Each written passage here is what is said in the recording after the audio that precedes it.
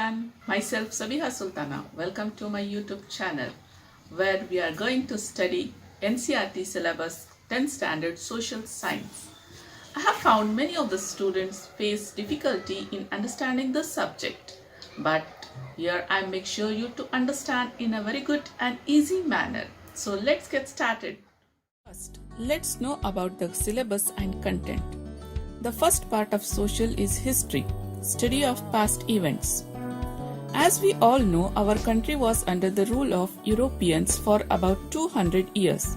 In this chapter, the advent of Europeans to India, we will come to know how they came to India and able to rule our country. The next chapter is the extension of British rule.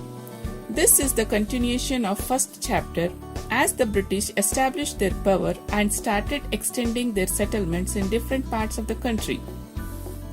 The third chapter is the impact of British rule in India. As the British were successful in occupying the maximum part of our country, they brought new system in every field, and our people had to suffer because of this. The next chapter is opposition to British rule in Karnataka. The Britishers has to face lot of opposition in India, mainly in Karnataka. Many of our rulers and leaders opposed the British rule.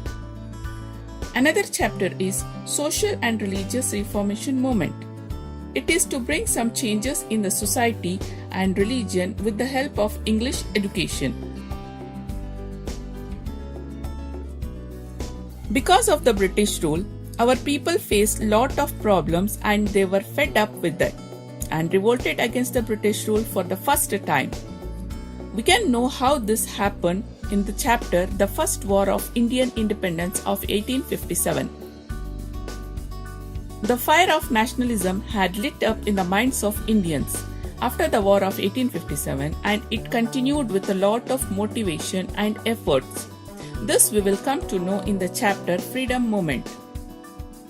The role of many leaders in achieving freedom is great. Likewise, the role of Gandhi in this scenario is highly significant. This we will know in the chapter Era of Gandhi and National Movement. At last, our country achieved freedom, but we had to face lot of problems like partition and migration. We will come to know about this in the chapter Post-Independent India.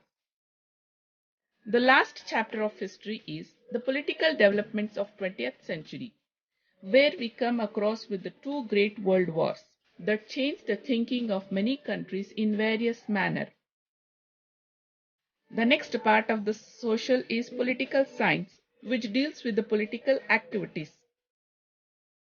In this, the first chapter is the problems of India and their solutions. Here we will come to know the problems which our country is facing towards development. To maintain a good relationship with the other countries, our India had adopted the policy Indian foreign policy. This is the next chapter. After signing the foreign policy, it is our duty to maintain good relationship with other countries. In this chapter, India's relationship with other countries, we will come to know our country's relationship with the most powerful country and neighboring countries of India. As we come across with many problems in and around the world, this is the chapter we will learn the global problem and India's role. In the last chapter of history, we had learnt about two great wars. The World War was disturbed because of this, and there was a panic in the people about Third World War. To stop all those problems, UNO was established, which is referred to as International Institution. The third part of social is sociology, study of society. This chapter is about stratification seen in a society.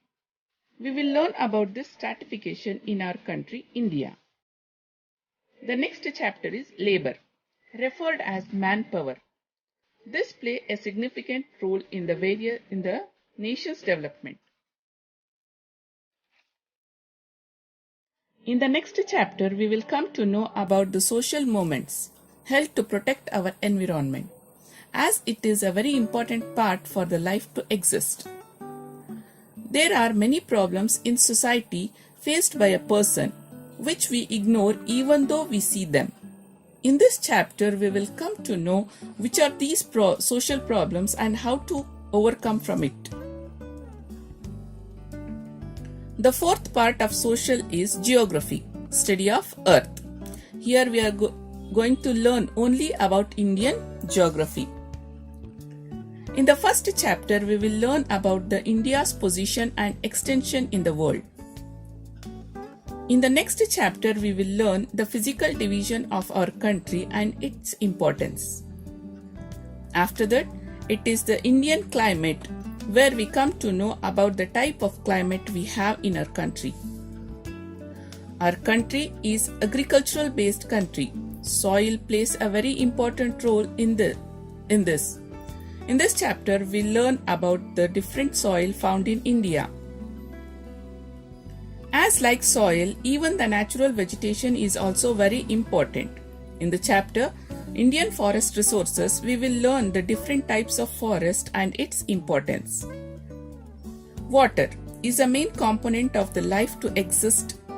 In the next chapter, Indian Water Resources, we will learn how we are making use of this resource. Land is also a very important component. The chapter Indian Land Resources tells us about the different land form and usage of land for various purposes. As India is having a lot of mineral deposit, we will learn more about this in the chapter Indian Mineral and Power Resources. If a country wants to get developed, it should have a good transport and communication. So in this chapter, we will come to know the role of Indian transport and communication. Without industry, a country cannot move towards development, and our country is having a good number of industries. In this chapter, we will learn about the Indian industries. Many a times, we come across with lot of disasters. Few are man-made and few will be natural. In this chapter, we will learn about the natural disasters occurs in India. Population is considered as the very important part of our country for its development, as it acts as a human resource. But if it is excess, a country has to face many problems. In this chapter, we come to know the population of India. The fifth part of social is economics. It deals with the economic activities of man. Every one of us continuously strive to achieve progress in our life. This process is considered as development. In this chapter, we will learn about the development of individuals and the economic development of country. As India is a country of villages, for overall development of a nation, it is very important to achieve rural development. This is the next chapter. As we all know, money plays a very important role in the society. In this chapter, we will learn about money and credit. It is very important to calculate the budget in our daily life. Likewise, our country also prepares the budget. We will learn about this in Public Finance and Budget chapter.